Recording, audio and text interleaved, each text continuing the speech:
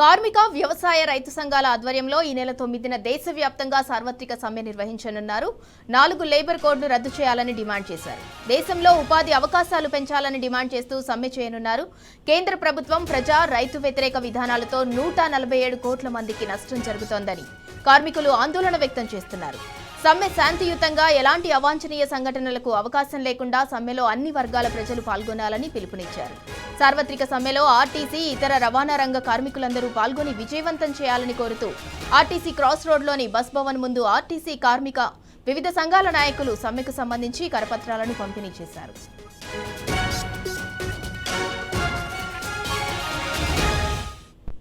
ఈ నెల 9న దేశవ్యాప్తంగా సార్వత్రిక సమ్మెకు సంబంధించి మరింత సమాచారం మా ప్రతినిధి ఉదయ్ అందిస్తారు.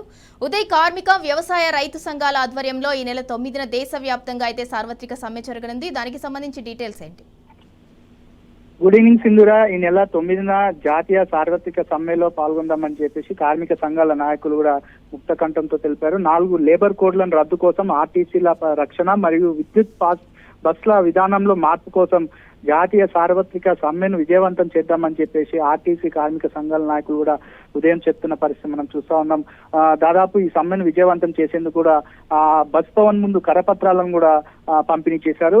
కేంద్ర కార్మిక సంఘాలు, వివిధ రంగాల స్వతంత్ర ఫెడరేషన్లు, అసోసియేషన్లు సంయుక్తంగా ఈ నెల 9వ తేదీన ఒకరోజు దేశవ్యాప్త సార్వత్రిక సమ్మెకు పిలుపునిచ్చాయి. ఈ సార్వత్రిక సమ్మెకు కిసాన్ సంయుక్త మోర్చా సంపూర్ణ మద్దతును కూడా ప్రకటించిందని చెప్పుకోవచ్చు. సమ్మె రోజు గ్రామీణ బంద్కు కూడా పిలుపునిచ్చింది. All India coordination committee of road transport workers and organisers సమావేశమై దేశవ్యాప్తంగా సమ్మెలో ఆర్టీసీ, ఇతర రవాణా రంగ కార్మికులందరూ పాల్గొని సమ్మెను జయప్రదం చేయాలని కోరారు. అందుకని ఆ టీజీఎస్ ఆర్టీసీ కార్మికులందరూ కూడా ఈ సమ్మెలో పాల్గొనాలని చెప్పేసి కార్మిక సంఘాల నాయకులు కూడా చెప్తున్న పరిస్థితి కనిపిస్తా ఉంది. కేంద్ర ప్రభుత్వం అనుసరిస్తున్న విధానాల వలన దేశంలోని ఆర్టీసీలు తీవ్రమైన సంక్షోభంలోకి పోతున్నాయని చెప్పేసి వారు ఆవేదన వ్యక్తం చేశారు. భారత రాజ్యాంగం 125వ సవరణ ద్వారా ఆర్టీసీలకు కల్పించిన ప్రత్యేక హక్కులను ఎంబీ యాక్ట్ 2019 ద్వారా నిర్వీర్యం చేశారని చెప్పేసి వారు చెప్తున్న పరిస్థితి కనిపిస్తోంది.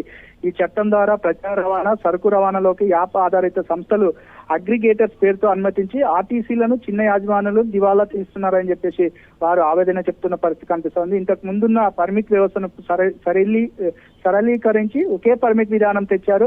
టూరిస్ట్ పర్మిట్ విధానం తెచ్చి ఆర్టీసీలకు పోటీగా వేలాది మంది వాహనాలను స్టేజ్ కాలేజీలుగా తిప్పుతూ ఆర్టీసీ ఆదాయాలను కొల్లగొట్టేందుకు అవకాశం కల్పించారు. అందుకని చెప్పేసి ఆర్టీసీ పరిరక్షణకు వీలుగా ఎంబీ యాక్ట్ 2019 సవరణ కోసం ఈ సమ్మెలో ప్రతి ఒక్కరు పాల్గొనవలసిందిగా వారు ఆర్టీసీ కార్మిక సంఘాల నాయకులు కూడా చెప్తున్న పరిస్థితి కనిపిస్తోంది. అమల్లోకి రాని లేబర్ కోడ్ల గురించి సమ్మె ఎందుకని కొంతమంది వ్యాఖ్యలు చేస్తున్నప్పటికీ ఏదైనా అమల్లోకి రాకముందే పోరాటం చేసి నిలబడి గెలవాలేదు.